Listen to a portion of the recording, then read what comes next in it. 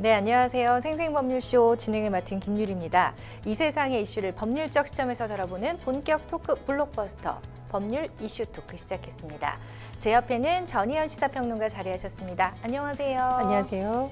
네, 자 이제 또 저희가 가을이 오면서 또 10월이 지나면서 또 정치적 이슈를 또 이제 많이 다루게 될 것 같습니다. 또 전희연 평론가님과 함께 또 여러 가지 토크 나눠볼 예정이니까 많은 시청 부탁드리고요. 또 유튜브 통한 소통 창구도 계속해서 열어줄 예정이니까 궁금하신 내용 있으면 이렇게 생생법률쇼 클릭하셔서 실시간으로 글 남겨주시면 저희가 답변도 해드립니다. 많은 참여 부탁드리겠습니다. 네, 그럼 오늘 법률 이슈 토크에서 나눠볼 이야기들 화면으로 만나보겠습니다. 바이든 이스라엘 행과 가자지구 병원 참사, 끝없는 순살 시공 논란, 눈덩이처럼 불어나는 수원 전세 사기.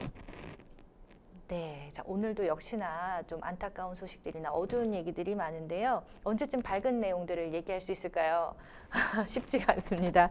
네, 자 이런 어떤 이야기들인지 여러분들께서도 많이 시청해 주시면 좋겠고요. 여러분은 지금 생생법률쇼를 함께하고 계십니다.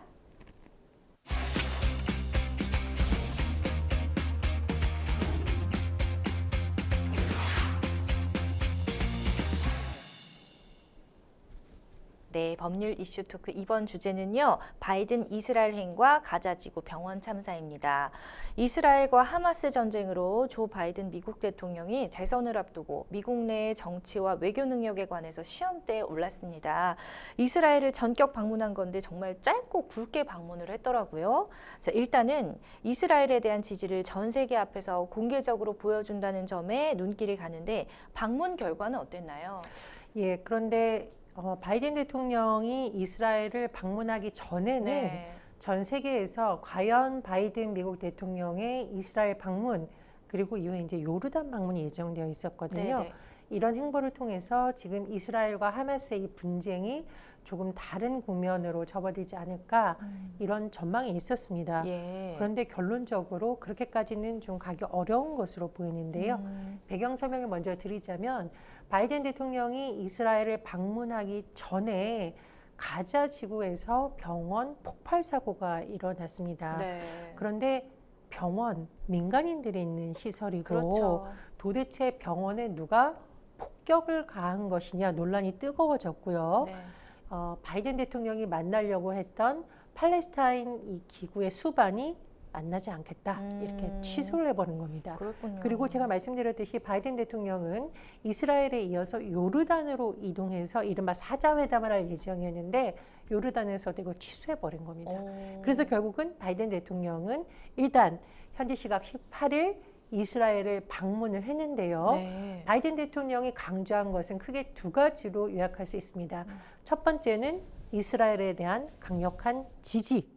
두 번째는 그럼에도 불구하고 이스라엘이 이른바 피해 보복을 하는 이런 걸 좀 자제해달라 이렇게 볼 수 있겠습니다. 네. 첫 번째, 이스라엘에 대한 지지. 이 부분은 사실 미국은 뭐 이스라엘의 편이라는 것은 이미 사실상 다 알고 있는 사실이에요. 네. 그런데 굉장히 지금 예민한 문제가 있죠. 도대체 이 가자지구 병원 폭격을 누가 했느냐입니다. 맞아요. 근데 이제 세계의 많은 언론들이 이스라엘이 한 것으로 추정이 된다는 식의 보도가 나왔는데 이스라엘은 이게 이슬라믹 세력, 네. 즉 무장 테러리스트들이 로켓을 발사하다가 잘못돼서 떨어진 거다. 우리가 아니다라고 네네. 주장하는 상황이었는데 자, 바이든 대통령이 뭐라고 했느냐. 다른 쪽 소행으로 보인다. 다른 쪽이라는 것은 이스라엘군이 아닌 다른 쪽 소행이다.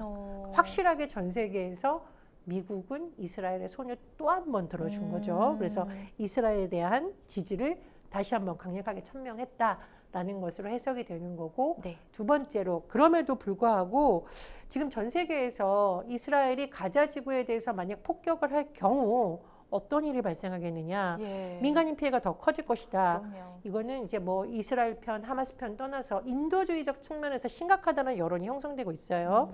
그래서 미국 대통령인 바이든 뭐라고 했느냐.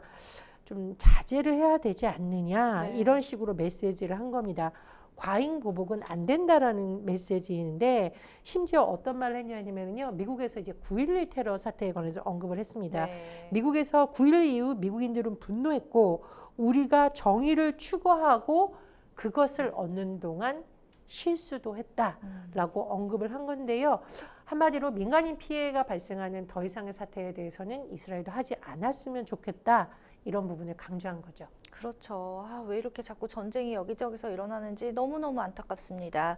자, 이스라엘을 위한 지원 방안에 대해서는 미국 의회에 이스라엘 지원을 위한 전례 없는 지원 패키지를 요청하겠다 이렇게 밝혔다고 하는데 어떤 내용이죠? 그렇습니다. 지금 안보 지원 예산으로 한 1,000억 달러 규모를 의회에 요청한 것을 알려지고 있는데요. 네. 이스라엘에 대한 지원뿐만 아니라 우크라이나, 대만 이렇게 여러 가지 이제 분쟁이 있거나 분쟁이 예견된 지역에 대해서 안보 지원을 하겠다라는 거고요. 지원 이제 패키지니까 뭔가 더 있겠죠. 네. 팔레스타인 주민들이 거주하는 가자 지구에 대해서 1억 달러 규모의 인도적 지원을 하겠다 이런 얘기인데요. 말 그대로 팔레스타인이면 하마스가 거주하는 데잖아요. 네. 미국이 하마스를 지원할 이유가 없겠죠. 오히려 지금 하마스 고립 작전을 펼치고 있다는 분석이 나오니까 네. 하마스가 아니라 민간인들에 대한 인도적 지원 차원이라고 다시 한번 강조했습니다. 그렇군요. 자, 그런데 또 지상전이 임박했다 이런 얘기가 들려오면서 국제적 우려가 고조되고 있었는데 바이든의 이런 행보가 네타냐후의 결단에 의한 암묵적 동의로 비춰질 가능성도 있지 않을까라는 또 우려의 목소리도 있습니다. 어떻게 보시는지요? 아니죠. 그러니까 제가 말씀드렸듯이 이스라엘에 대한 지지는 더욱더 강력하게 했지만 이스라엘이 팔레스타인에 대한 지상전을 개시해서 네. 본격적으로 여기서 무장 폭격이 벌어지는 것은 자제하라는 메시지가 대부분입니다. 그 네. 이유는 왜 그러냐면 당초에 국제사회 여론이 이 하마스 저렇게 하면 되느냐 막 비판 여론이 형성되는데 가자지구 병원의 참사 이후에 여론이 지금 바뀌고 있는 거예요. 예. 이스라엘 더 이상 이렇게 하면 안 된다라는 여론이 있다 보니까 이스라엘에 대한 원론적 지지이긴 합니다만 이스라엘이 지금 여러 가지 갖고 있는 모든 구상에 우리가 찬성한다. 네. 이렇게 하기에는 좀 복잡한 지금 상황이라고 볼 수 있겠습니다. 그렇군요. 자, 앞서서 이제 바이든 대통령은 원래 이스라엘을 시작으로 아까 말씀하셨지만 요르단 등 중동 순방에 나서려고 했는데 왜 이렇게 급작스럽게 취소를 하는 건가요? 그 이유는 제가 말씀드렸듯이 가자지구 병원 폭격 때문입니다. 사실은 이스라엘을 거치고 요르단에 가서 요르단 국왕, 네. 미국의 바이든 대통령, 그리고 팔레스타인의 정상, 이집트 이렇게 사자회담을 통해서 중동의 이 상황을 좀 새로운 국면으로 바이든 대통령이 끌고 가는 건 아니냐는 기대가 나왔지만 네. 제가 말씀드렸듯이 팔레스타인 수반도 우리 참석하지 않겠다 하고 요르단도 우리 이거 지금 취소하겠다라고 밝히면서 아무래도 좀 바이든 대통령이 사전에 가지고 있던 계획에는 차질이 빚어졌다라는 분석이 나오고 있고요. 네. 아마도 이제 바이든 대통령은 전 세계 분쟁 지역에서의 미국이 뭔가 평화적인 중재자 역할을 했고 네. 바로 그 지도자가 나다라는 계획을 갖고 있었는지 모르겠지만 제가 말씀드렸듯이 지금 세계 정세가 그렇죠. 복잡하고 여론이 네. 굉장히 복잡하게 얽혀 있는 네. 상황입니다. 그러니까 순방을 한다고 지금 만날 수 있는 상황이 아닌 거예요. 그렇습니다. 가장 중요한 게 이제 민간 시설이 어쨌든 폭격을 받았기 때문에 충분히 이해합니다. 자, 가자지구 병원 참사 얘기를 정말 안 할 수가 없는데 현지 시간으로 17일 하마스가 통치하는 이 가자지구 중심부의 한 병원에서 대규모 폭발로 민간인 수백 명이 숨지는 정말 안타까운 일이 발생을 했습니다. 네. 팔레스타인이 통치하는 가자지구에 폭발이 일어났다. 그 팔레스타인이 했다고 보기엔 좀 어렵잖아요. 그렇겠죠. 그렇다 예. 보니 이제 뭐 BBC라던가 알자지라 방송 이런 곳들이 현지 시간 17일 이스라엘의 폭격으로 이렇게 사망됐다라는 건데 지금 외신 보도를 보면 한 500명 정도가 아이고. 사망한 것으로 전해지고 네. 있습니다. 2008년 이후에 가장 큰 피해가 발생했다. 이스라엘군의 공습 때문이다라는 식으로 보도가 나왔는데 제가 전에 말씀드렸듯이 이스라엘은 우리 소행이 아니다라고 했고 미국도 그런 입장인 걸 밝혔어요. 예. 어쨌든 하마스에서는 당시 이 공습이 발생한 이후에 이거는 대량 학살이고 명백한 전쟁 범죄라고 이스라엘에 대해서 맹 비난을 퍼부은 상황입니다. 아니 어쨌든 민간인은 죄가 없는데 전쟁으로 인해서 피해를 너무 많이 보니까 너무 마음이 아픕니다. 자, 병원에 의해서 이제 유엔 팔레스타인 난민 구호기구가 운영하는 가자지구 학교도 또 이스라엘의 공격을 받아서 최소 6명이 사망했다 이렇게 알자지라 방송이 보도를 했다고 하는데 전쟁법이라는 게 있잖아요, 평론가님. 그런데 이제 전쟁 중에 민간인을 사살하는 건 불법이 아니다 이렇게 나와 있는데 그럼 병원 공격도 합법이라고 볼 수가 있는 건지요? 예. 그러니까 전쟁에서 사실 민간인이 단 한 명도 사망하지 않을 않는다. 수는 이건 이제 없죠. 예. 뭐 사실상 형식적으로도 뭐 여러 가지적으로도 불가능하죠. 네. 그래서 민간인들이 사망하는 것 자체를 국제법상 불법이라고 보고 있지는 않습니다만 표적, 즉 고의적으로 네. 사살 대상으로 삼아서 피해가 발생하는 것은 불법이다라는 겁니다. 그렇겠죠. 그런데 문제는 뭐냐? 1997년 제정된 제네바 협약 제1조에 이런 내용이 있습니다만 이게 도대체 현실에서 제대로 적용이 되느냐, 그리고 실효성이 있느냐 이런 네. 부분이 계속 논란이 되고 있고요. 최근에 러시아와 우크라이나 사태, 그리고 이번에 팔레스타인 무장 세력인 하마스와 이스라엘의 무력 충돌을 보면서 일각에서는 유엔이 도대체 어떤 일을 하고 있느냐, 예. 그리고 이제 도대체 국제평화는 어떤 기구에 의해서 작동할 수가 있는 것이냐에 대한 좀 많은 의문이 제기되는 시기이기도 합니다. 그러니까 전 세계인이 걱정을 하고 우려를 하고 있는 상황입니다. 네, 민간인을 사살하는 건 합법이지만 표적으로 삼는 건 불법이다 이렇게 말씀해 주셨는데 이게 아까도 말했지만 실효성이 크게 있는 것 같지는 않습니다, 사실. 예. 물론 이제 뭐 병원, 학교는 누가 봐도 민간인 시설이잖아요. 그러니까요. 근데 이제 문제는 뭐냐면 현실에서 전투기나 군사 시설을 민간인 사이에서 그럼 숨겨놨다. 이러면 이건 어떻게 해야 되느냐? 현실적으로 뚜렷하게 구분하기 어려운 부분이 있다라는 건데요. 그렇기 때문에 지금 최근에 이 국제법의 실효성에 대한 논란이 일고 있는 거고, 네네. 그럼에도 불구하고 국제적인 이제 난민기구라든가 그런 기구에서는 더 이상의 전제는 안 되니까 이건 네. 어떻게 국제사회가 더 이상 지켜볼 일은 아니다라는 여론이 많이 일고 있는 거고, 지금 이제 우리나라 같은 경우에도 실제로 뭐 직접적 참전이나 이런 나라는 아님에도 불구하고 더 이상 이렇게 민간인들, 아이들이 사망되는 것을 지켜봐서는 안 된다. 우리도 고민을 해야 되고 국제사회 전체의 과제라는 사설들이 지금 나오고 있습니다. 맞습니다. 또 가자 지구에 있는 병원이 공격을 받아서 최소 500명 이상이 사망을 한 것은 사실입니다. 그렇다면 이제 2008년 이후에 민간인 피해가 가장 큰 사건이 된다고 하는데요. 이런 와중에 이제 병원 참사를 두고 이스라엘과 하마스 간의 진실 공방이 번지고 있습니다. 지금 계속해서 지금 폭격을 한 나라는 나타나지가 않고 있는 상황이거든요. 근데 예. 이제 분명히 이렇게 수백 명이 병원에서 사망을 했고, 언론 보도를 보니까 수술 도중에 벽이 떨어졌다. 막 아이고야. 이런 내용. 네네. 어린이들이 머리에 붕대를 감고 온몸에 이렇게 어른들의 피가 튄 모습, 이런 거 제가 너무 좀 마음이 안타까웠습니다. 근데 문제는 네. 이스라엘은 우리 소행이 아니다.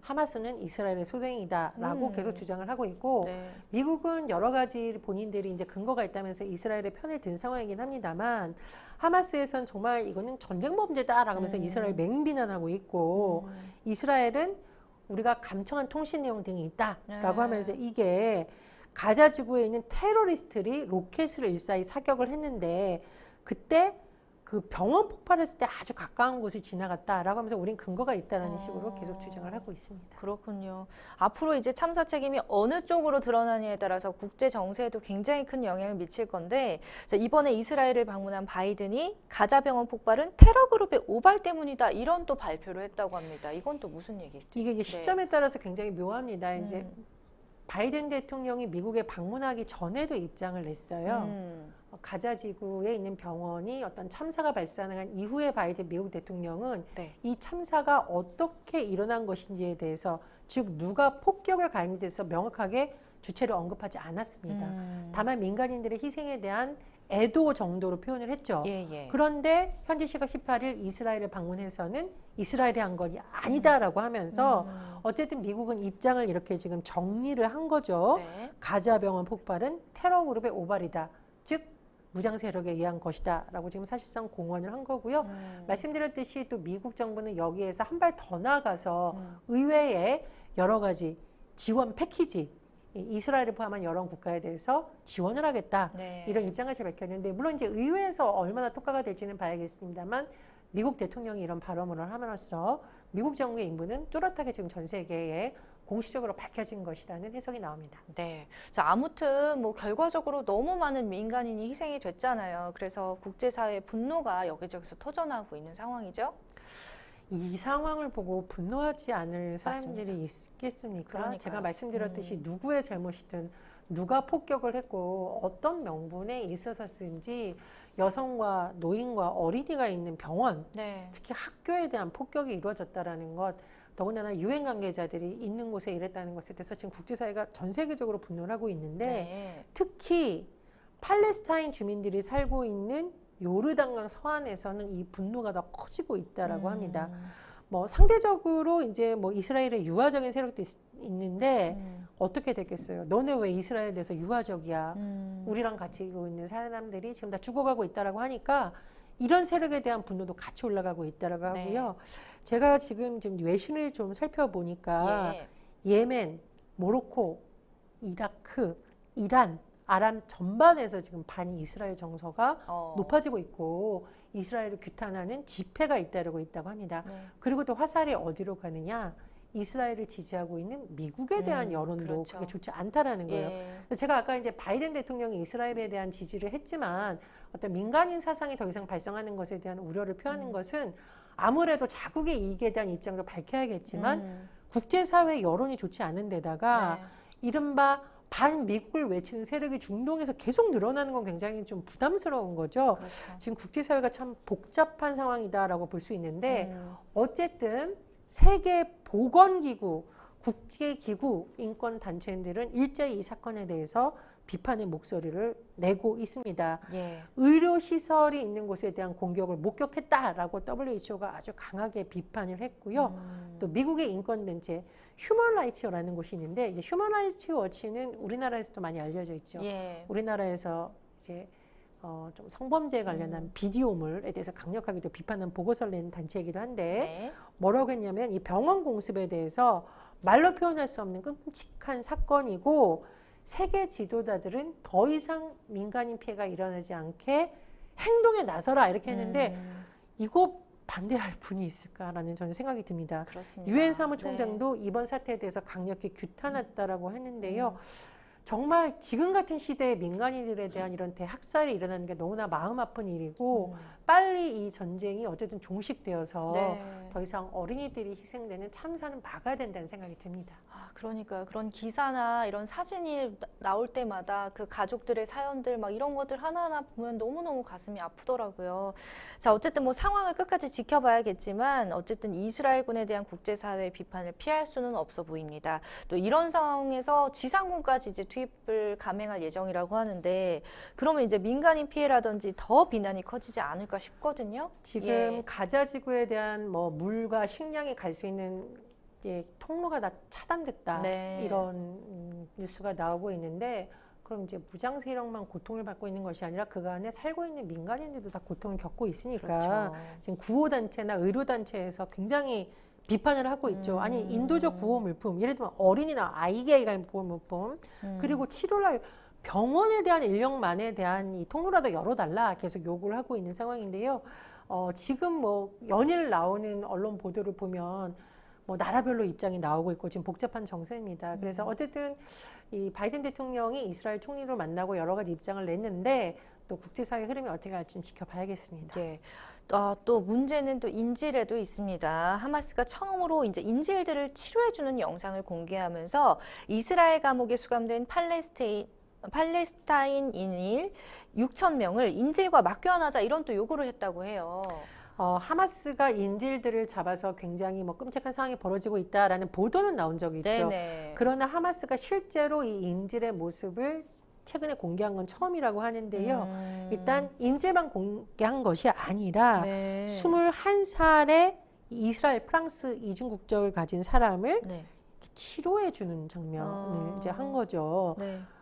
뭐라고 하냐? 우리는 인질들을 존중하고 안전을 보호하고 있다. 그리고 오히려 이스라엘의 가자지구 공습으로 인질 22명이 숨졌다라고 했고요.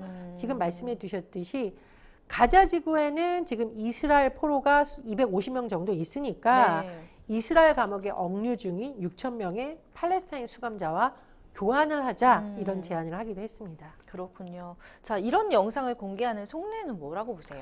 당연히 뭐 여론전이라고 볼 수 있겠죠. 이런 전쟁 초기에는 이 하마스 행태에 대해서 국제사회가 일제히 비판을 했었거든요. 그런 상황에서 가자지구 병원 참사 이후에는 또 바뀌었죠. 진짜 초기에는 이제 하마스에 대한 비판, 지금 이제 이스라엘에 대한 비판 여론이 있고 있으니까 하마스 입장에서는 우리는 그렇게 하고 있지 않다. 이런 모습을 지금 공개하면서 하마스에 대한 국제사회의 여론을 다소 좀 무마하려는 그런 의도가 있는 것으로 보입니다. 그렇군요. 또 가자 지구 내에는 이제 500~600명에 달하는 미국인도 있는 것으로 전해졌는데 미국이 가자 지구 라파와 또 국경을 맞은 이집트에 인도적 출국 개방을 강조하는 이유이기도 합니다. 바이든 대통령이 이 탈출로 확보에 성공을 했는지 여부가 궁금하네요. 일단은 제가 말씀드렸듯이 특정 국가의 사람뿐만 아니라 물과 여러 가지 물품이 끊기면 모든 사람들이 고통을 받고 있어요. 네. 이런 상황에서 이집트가 인도적 지원 물량을 실은 트럭 20대의 가자 지구 진입을 허용하기로 했다. 이렇게 나옵니다. 조 바이든 대통령이 이스라엘 방문하면서 이제 귀국을 하는데 보통 미국 대통령도 그렇고 세계의 정상들이 기내에서 다시 한번 또 언급을 하거든요. 네. 그 내용이 AP통신을 통해서 보도된 바에 따르면 그렇게 한다라고 합니다. 쉽게 말하면 이집트 대통령과 바이든 대통령이 이 부분에 대해서 논의를 했고 결과적으로 말씀을 드렸듯이 인도적 지원, 여기는 뭐 식량 이런 거겠죠. 무기라기보다는 네. 그런 물품의 트럭이 일단 가자 지구에 진입하는 것에 대해서는 합의점이 나왔다. 그리고 미국과 이집트가 지속적이고 전략적인 파트너십을 계속 가져가겠다는 내용이 지금 언론 보도를 통해 나오고 있습니다. 네, 자 그야말로 정말 짧고 굵었던 바이든 대통령의 이스라엘 방문이었는데 한편으로는 또 내년 미국 대선을 앞두고 재선에 유리하리라는 계산에 의해서라는 얘기도 있습니다. 어떻게 생각하시는지. 아니 뭐 내년 예. 대선 앞두고 당연히 바이든 대통령은 그럼요. 이런 부분을 염두에 뒀겠죠. 네네. 지금 그리고 이제 바이든 대통령과 이스라엘 네타냐후 총리가 40년 정도 이미 잘 알고 지낸 사이로 알려졌으니까 내가 어떤 미국의 지도자, 국제적인 평화의 중재자다 이런 모습을 보여주려는 의도도 충분히 뭐 우리가 짐작을 할 수 있는 바이고요. 예. 또 사실은 이제 트럼프 전 대통령이 다시 도전할 것이라는 전망이 나오고 있는데 네. 트럼프 전 대통령 같은 경우에는 최근에 헤즈볼라 많이 들어보셨죠? 예. 레바논 무장단체입니다. 헤즈볼라 똑똑하다고 칭찬해서 엄청난 또 논란이 휩싸인 바 있으니까 예. 이런 부분에서 좀 대조점을 완전 보여주려고 반대네요. 예. 이렇게 위험한 지역까지 방문했던 것 아니냐 이런 분석이 나오는데 다만 이제 언론의 전반적인 분석은 가자지구 평원 폭격으로 인해서 사자회담이 취소된다던가 가장 중요한 팔레스타인 수반과의 만남 자체가 이루어지지 않은 점으로 인해서 본인들이 생각했던 바의 목적은 이루지 못했다라는 평가가 나오고 있습니다. 그러네요. 자, 이스라엘이 하마스의 제거를 벼르고 있는 가운데 하마스는 이에 맞서겠다며 지금 맞불을 놓고 있고 이란은 선제 조치까지 거론한 상황입니다. 말 그대로 정말 일촉즉발의 상황인데 바이든 대통령의 방문 성과 뭐 어떻게 볼 수가 있을까요? 좀 애매하네요. 평가하기조차. 뭐 일부분 인도적 지원을 하면서 미국이 인권을 중시하는 국가다 이런 부분을 국제사회에 알리려는 부분은 일부분 부각이 됐겠지만 중요한 것은 이 분쟁 지역에서 어느 정도 평화로 가는 길에 있어서 결정적 역할을 했다라고 보기엔 지금 상황이 복잡한 거죠. 네. 특히나 지금 최근에는 이제 이란과 레바논까지 여기에 뛰어들 가능성이 거론되면 전쟁이 장기화되고 중동 전체로 확전될 가능성이 있겠습니다. 네. 그래서 가자지구 병원 폭격 사건이 국제사회에 많은 충격을 줬으면서 동시에 이 전쟁의 양상을 더 복잡하게 하는 하나의 계기점, 기폭제가 되었다. 이런 좀 안타까운 분석이 전반적으로 많이 나옵니다. 그러니까요. 이 전 세계 이제 지구 한켠에서 이런 일들이 전쟁이 일어나고 있다는 사실이 너무나도 가슴 아프고 더 이상의 이제 민간인 피해는 없었으면 하는 바람이고 얼른 종식됐으면 좋겠어요. 네, 자, 첫 번째 법률 이슈 토크 만나봤고요. 여러분은 지금 생생 법률쇼 함께하고 계십니다.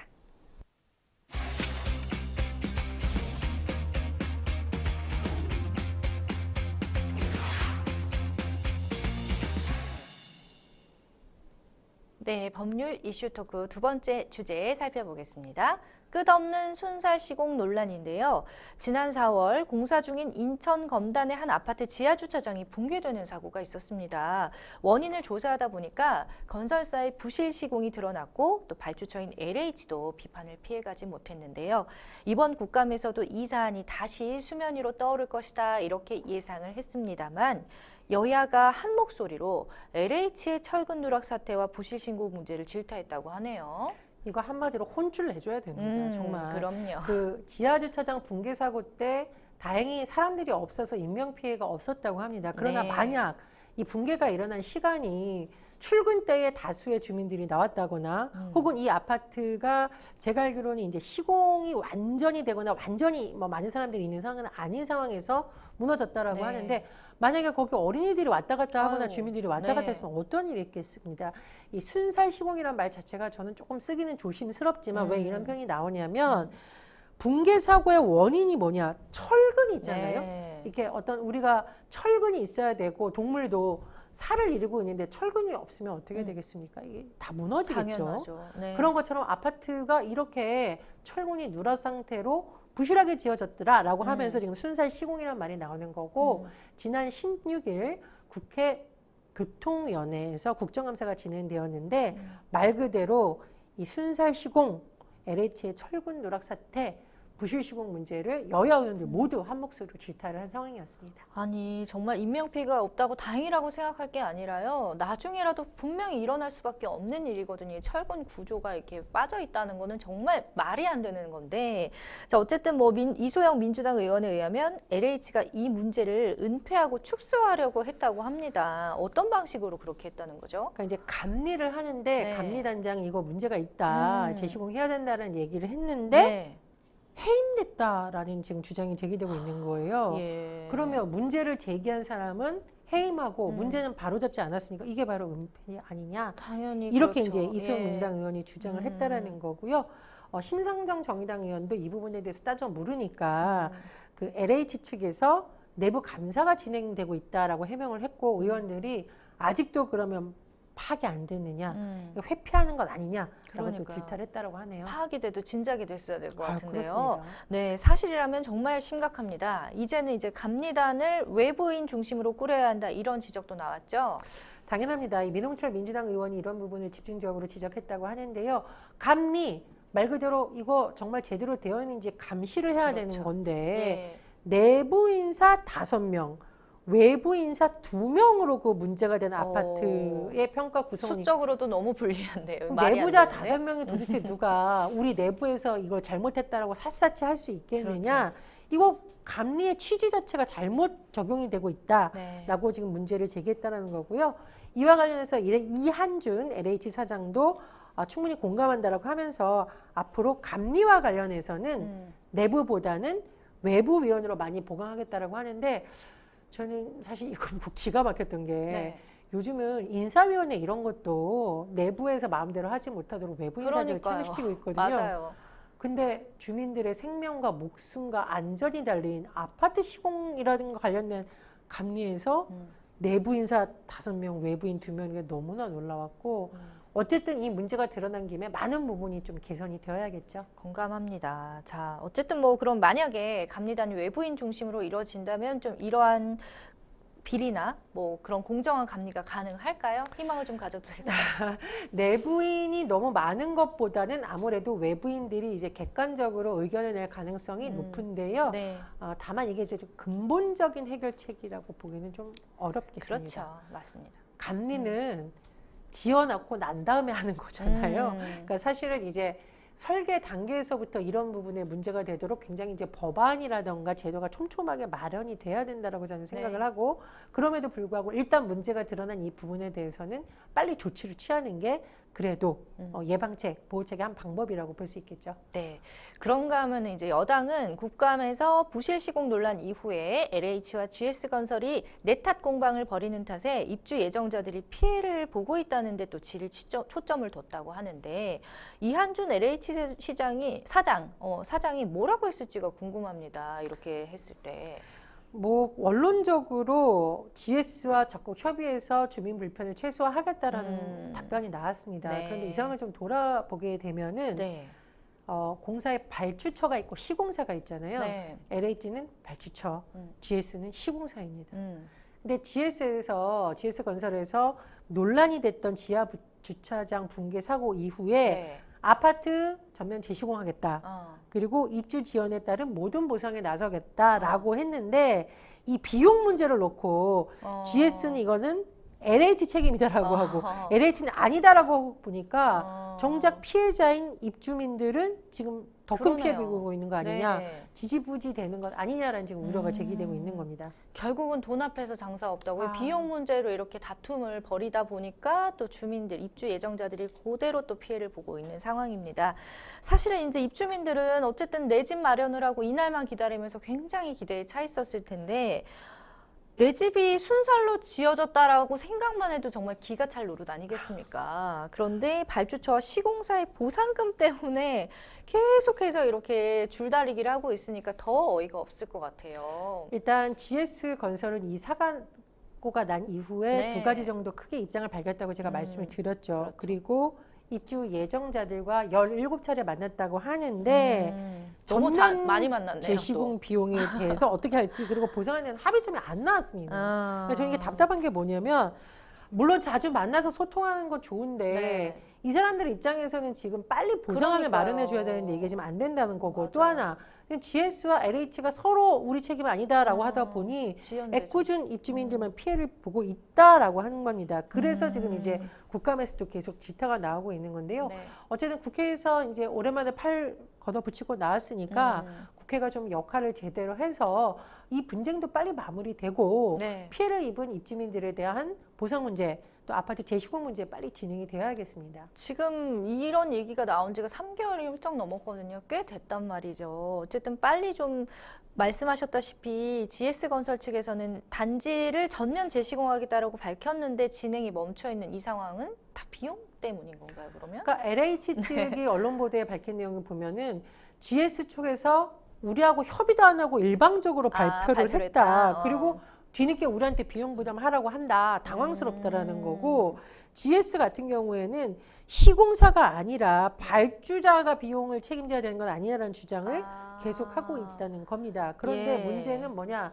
제가 말씀드렸듯이 벌써 3개월 지났는데 제대로 되고 있지 않으면 네. 입주민들의 속은 정말 타들어간다.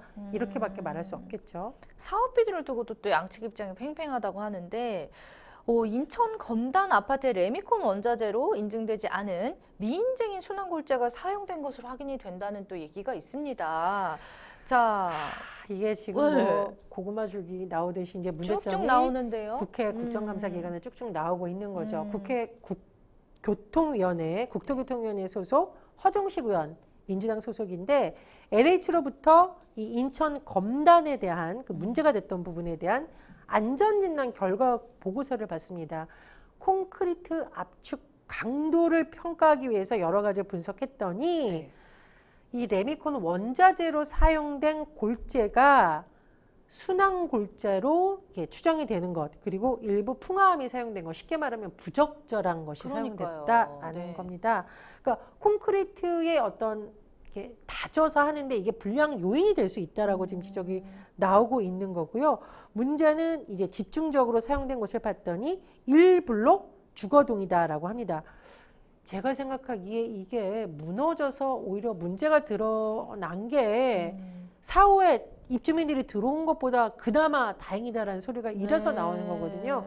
그래서 제가 보기엔 이제 이번 국정감사에서는요, 이런 문제가 좀 여러 가지, 이제 순환골재에 사용한 문제, 그다음 철근이 누락된 문제, 보상이 지연되는 문제 등이 좀 체계적으로 점검이 됐으면 좋겠고요. 네. 제가 순환골재를 다시 한번 설명을 드리면 예. 순환, 폐 콘크리트를 파쇄합니다. 그래서 그 속에 포함되어 있는 골재를 다시 추측한 거라고 하는데, 그러니까 재사용하는 거죠. 그렇죠. 근데 예. 문제는 뭐냐면은 재활용 촉진에 관한 법률 규정에 따라서 사용을 할 수 있어요. 네. 근데 공사 용도에 어디에 사용되어 있다라고 규정이 되어 있는데 미인증 순환골재를 사용했기 때문에 이건 또 법 위반 논란이 일고 있습니다. 아니 근데 이거를 건설사에서 혼자 결정하지는 않을 것 같거든요. 단독으로.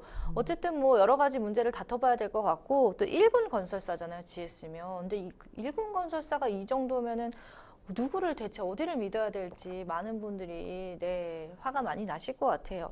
자, 어쨌든 이런 가운데 LH는 또 올해도 자체 포상 잔치를 열었다고 하는데 이게 무슨 소리죠? 그러니까 뭐 어떤 공사에서도 물론 직원들의 사기를 격리하기 그럴 위해서 수는 있죠. 포상도 예. 할 수 있고 할 수 있습니다. 근데 문제는 이런 이제 대형 사고가 일어나고 사회적으로 지탄을 받고 있는데 굳이 이렇게 직원 포상을 해야 되느냐라고 논란이 있는 거고요. 문제는 뭐냐면 국회 국토교통위의 유경준 국민의힘이 네. 자료를 제출받아서 봤더니 어떤 문제가 나왔느냐. 사내 수상자 명단에 이 철근 누락 사건 책임부서 소속 직원도 있더라. 이게 사실 이제 국민 정서로서는 참 받아들이기 어려운 거잖아요. 일부러 그런 건가요? 그래서 LH는 뭐라고 설명을 했냐면 그건 이제 현장에서 발생한 것 같고 현장과 본사는 다르다. 이렇게 했다라고 하는데 이제 국민들이 보기에 과연 이게 그렇죠. 맞느냐? 네, 꼭 그랬어야만 했나? 그렇습니다. 예. 꼭 그랬어야만 됐냐? 네. 지하 주차장 붕괴 사고로 인해서 얼마나 많은 국민들이 불안에 떨고 구조적 문제가 드러나는데 책임을 지는 상황에서 좀 반성하고 그런 모습을 보여야 되는 거 아니냐? 이런 여론이 일고 있는 겁니다. 네, 참 할 말이 많지만 아끼도록 하겠습니다. 네, 어쨌든 뭐 국민 안전을 위협한 철근 누락 사건을 방조한 LH 포상잔치 얘기는 참 씁쓸하고요. 자, 그런데 여전히 곳곳에서 아파트 부실 시공 소식이 들려오고 있습니다. 입주를 한 달 앞두고 사전 점검을 하러 간 입주 예정자를 아연실색하게 만들 정도로 정말 부실한 공사로 논란이 된 아파트가 있었다고 하는데 제가 봐도 한두 개가 아니더라고요. 한두 군데가. 요즘 이제 온라인 커뮤니티에 네. 올라온 사진이 굉장히 논란이 되고 있는데요. 맞아요. 지난 14일 어떤 사람이 이제 사진, 글을 올렸어요. 네. 경북 경산 지역의 한 신축 아파트, 내가 들어갈 곳이죠. 네. 그분이 사전 사전점검차 점검. 가서 사진을 찍었는데 기가 막히더라는 겁니다. 왜냐? 입주가 이제 한 달 정도밖에 안 남았는데 콘크리트에는 금이가 있고 벽 콘크리트에 네. 천장에서는 물이 뚝뚝 떨어지고 누수, 전기공사는 배선이 누락됐더라. 이게 도대체 뭐냐? 더군다나 이 아파트는요. 경산 지역에서 가장 비싼 아파트다. 네. 정말 이제 입주하려는 분들 입장에서는 기가 막힌 게 사실 아파트 입주하려면은 웬만한 직장인들은 평생 모은 돈을 다 쏟아부어야 되는 과언이 아니잖아요. 네. 더 논란이 있는 거고 특히나 이 아파트 어디가 지었냐? GS건설이 지은 아파트다라고 알려졌습니다. 말씀드렸듯이 이제 GS건설이 최근에 여러 가지 사건에 대해서 논란이 일고 있는데 또 이러다 보니까 네. 아마 이제 너무 불안해서 이분이 글을 올린 게 아닌가 이렇게 추정이 되고요. 네. 또 입주 예정자들이 지금 뭐 항의가 막 이제 있고 있다라고 합니다. 네. 아니, 누리꾼들 사이에서 오죽하면 아니 몇 억짜리 집을 뭐 레고로 짓냐? 이런 비판까지 나오고 있다라고 하는데 맞아요. 제가 보기에는 이게 농담으로 넘어갈 사항이 아니죠. 그러니까요. 네, 정말 아파트는 주민의 생명과 직결된 곳입니다. 그래서 이게 좀 국회에서도 이런 부분만큼은 집중을 했으면 좋겠고 우리가 사건 났을 때는 늘 시끄러운데 유야무야 되는 경우가 있잖아요. 맞아요. 이번만큼은 좀 철저하게 원인도 짚고 이걸 막을 수 있는 법안도 마련되었으면 좋겠다는 생각이 듭니다. 그러니까 좀 안타까운 게 붕괴 사고가 일어난 지 얼마 안 됐으면은 이런 사전 점검할 때도 더욱더 좀 신경을 쓰는 모습을 보였어야 되는데 저도 사진 보고 많이 좀 충격적이더라고요.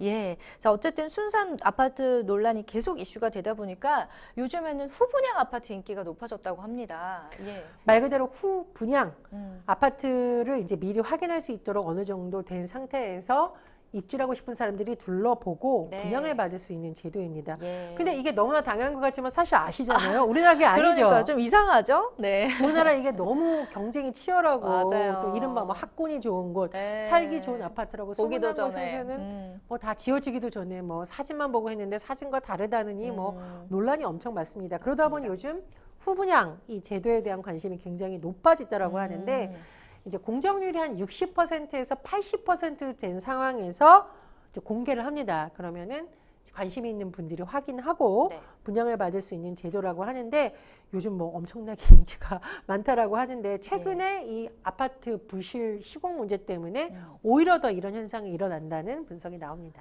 그러니까 어쨌든 뭐 순살 아파트 논란 이후에 계속적으로 여기저기서 법안이 계속 나오고는 있는데 계류 중인 법안이 대부분이라고 해요. 이유가 뭘까요? 사실은 이게 아파트뿐만 아니라 주택이 여러 가지 형태잖아요. 네. 공공 건축물이 있을 거고 일반 민간 주택, 상가 뭐 여러 가지가 있는데 이게 법이 지금 다 다르다고 합니다. 네. 그래서 예를 들면 상가는 건설기술진흥법, 주택법, 건축법 이렇게 복잡하다 보니까 법안을 내면 어떻게 되냐. 이게 법안이 이제 각자 돼 있다가 병합이 되는 경우도 있지만 지금 국토위에 있는 법안이 뭐 1000건이다 이런 말도 얼마나 나오거든요. 많겠어요. 네. 그러니까 이게 법안이 논의가 되기 위해서는 상정이 돼야 되는데 계속 밀리고 있다 이런 비판이 나오고 있거든요. 그래서 제가 보기에는 어떤 통일된 규정이 필요하다라는 네. 지금 제안이 나오고 있고요. 네. 그와 관련해서 또 국회의원들 사이에는 그럼 이걸 어떻게 해야 되느냐, 하나하나 개정안을 내야 되느냐, 아니면 종합해야 되느냐 이런 의견 교환을 나누고 있다라고 하는데 내년에 국회의원 선거가 있습니다. 네. 제가 선거 때마다 이게 모든 이슈가 선거로 빨려 들어가는 게 아니냐는 비판의 목소리를 늘 내고 있는데 국토위에서도 이런 현상이 일어나지 않았으면 좋겠다는 좀 네. 간절한 바람이 있네요. 선거 전에 좀 빨리빨리 개정안이 좀 통과됐으면 좋겠네요. 그렇습니다. 이제 물론 이제 빨리 하는 게 최선은 네. 아니지만 국회가 다 구성원이 바뀌고 기존에 있던 법안들이 다 원점으로 돌아가는 아, 현상이 되면 또 처음부터 시간이- 다시 맞아요. 시간이 많이 지체될 수가 있겠죠. 그러니까요. 어쨌든 뭐 지금 정부의 대응이 처벌이 아니라 부실 시공 방지에 좀 초점을 맞춰야 하지 않을까 싶은데 어떻게 보시나요? 이게 기존의 관행을 깨트리는 게 참 쉬운 일이 아니잖아요. 이게 우리나라가 이게 처벌이 왜 되냐면 처벌이 쉬운 방법이라 그렇습니다. 문제가 오히려? 된 사람들을 수사해서 조사하고 처벌을 강화한다. 이건 오히려 표관하고 쉬운 걸 수 있어요. 상대적으로. 그런데 근본적인 원인을 하나 짚어서 제도를 만드는 게 굉장히 어렵거든요. 네. 근데 문제는 뭐냐면 그런 제도가 없으면 앞으로도 사고 나서 처벌하는 방식이 되는 게 무슨 사고 예방에 도움이 되긴 하는 겁니다. 그래서 그런 지적이 나오고 있고 또 일각에서는 이게 너무 주먹구구 사람에 따라서 왔다 갔다 하니까 디지털 기술을 활용해야 된다는 주장도 나오고 있는데 네. 제가 보니까 건설 현장의 디지털화 속도가 우리나라가 디지털 강국이라는 이 어떤 이름에 맞지 않게 좀 느리다라는 지적이 나오고 있다라고 하니까요. 이런 부분도 한번 검토해 볼 만하다고 생각이 드네요. 그렇습니다. 참 공정하게 원칙만 잘 지키더라도 이제 순살 아파트 논란 같은 게 나오지 않을 텐데 제가 너무 많은 걸 기대하는 걸까요? 자, 앞으로 이런 일이 더 이상 생기지 않았으면 하는 바람 가져보면서 여러분은 지금 생생 법률쇼를 시청하고 계십니다.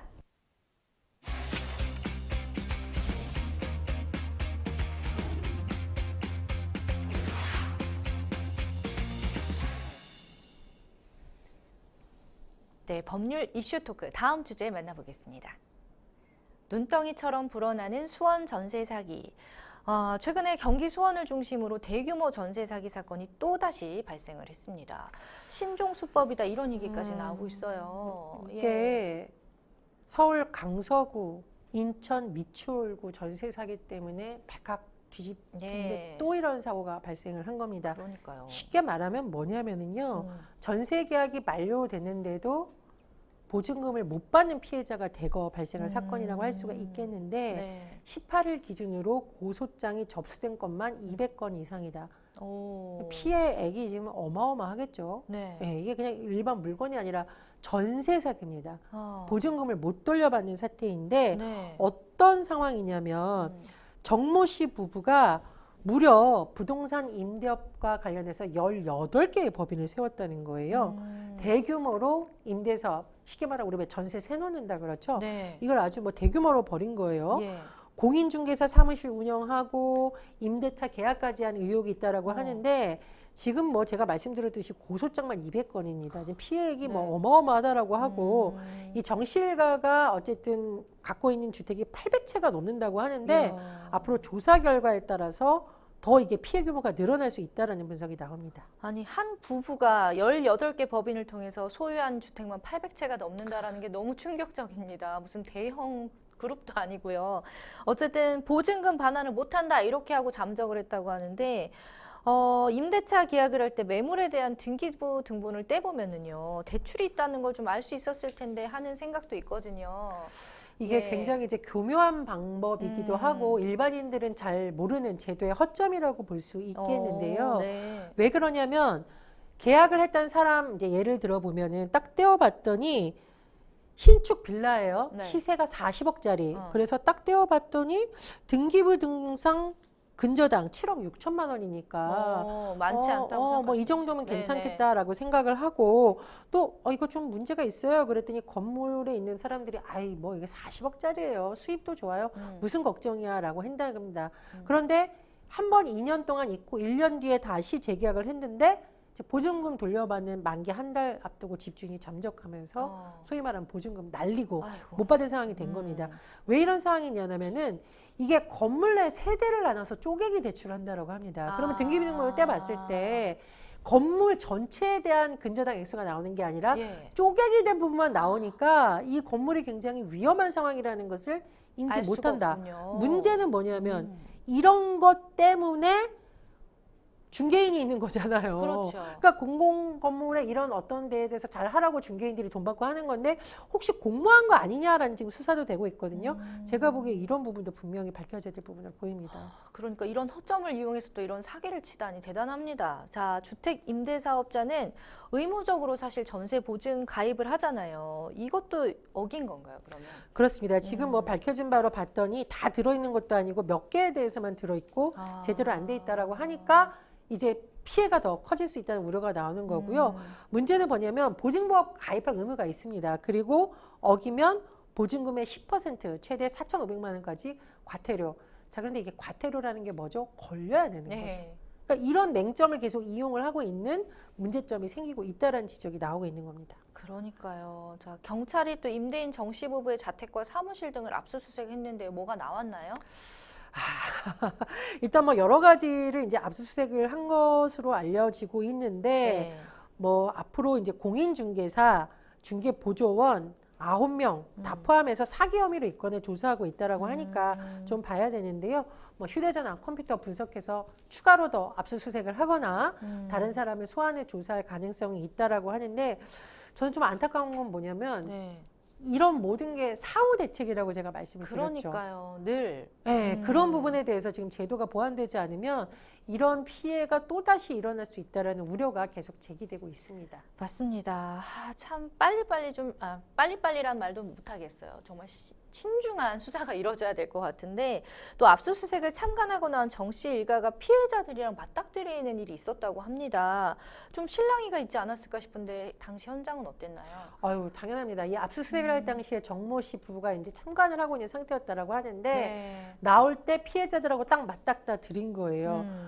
얼마나 분통이 터지고 속상하겠습니까? 그러니까요. 그러니까 우리 기억하냐 못하냐 엎드려서 뭐 빌어라 무릎이라도 꿇고 사과해야 되는 거 아니냐고 분노를 퍼뜨렸다고 하는데 이 정모 씨가 어쨌든 보상을 위해서 본인의 재산을 처분하겠다라고 하는데 재산이 좀 있나요? 어때요?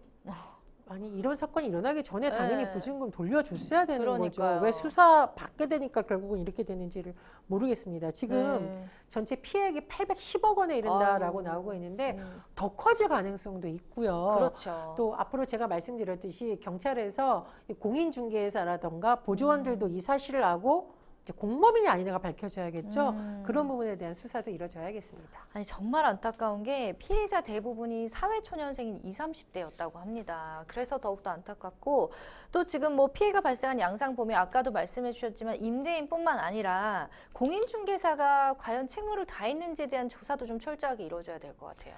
그러니까 우리가 다른 집 등기부 등본까지 다 떼가지고 혹시 없죠. 이런 게 위험한 거 아니라는 걸 잘 모르는 거거든요. 특히 이제 20대, 30대 사회생활 초년이기 때문에 보통 공인중개사가 하는 거니까 맞겠지 하고 믿는 경우가 있고 아니 그것 때문에 공인중개사 찾아가는 겁니다. 그런데 이런 문제가 발생을 했으니까 경찰에서는 지금 이 공인중개사가 공범이냐 공모를 한 거냐라고 지금 수사력을 모으고 있다라고 하는데요. 정말 이 부분에 대해서 빨리 제대로 밝혀져야겠습니다. 그래요. 아까 인천 미추홀 전세 사기에 대한 얘기도 해주셨는데 어쨌든 지난 여름부터 이런 일들을 막기 위해서 전세 사기 특별법을 시행하고 있다고요? 어떤 내용인가요? 이 전세 사기 특별법은 전세 사기 자체를 차단하는 법이 아니라 피해자에 대한 일종의 지원을 담고 있는 겁니다.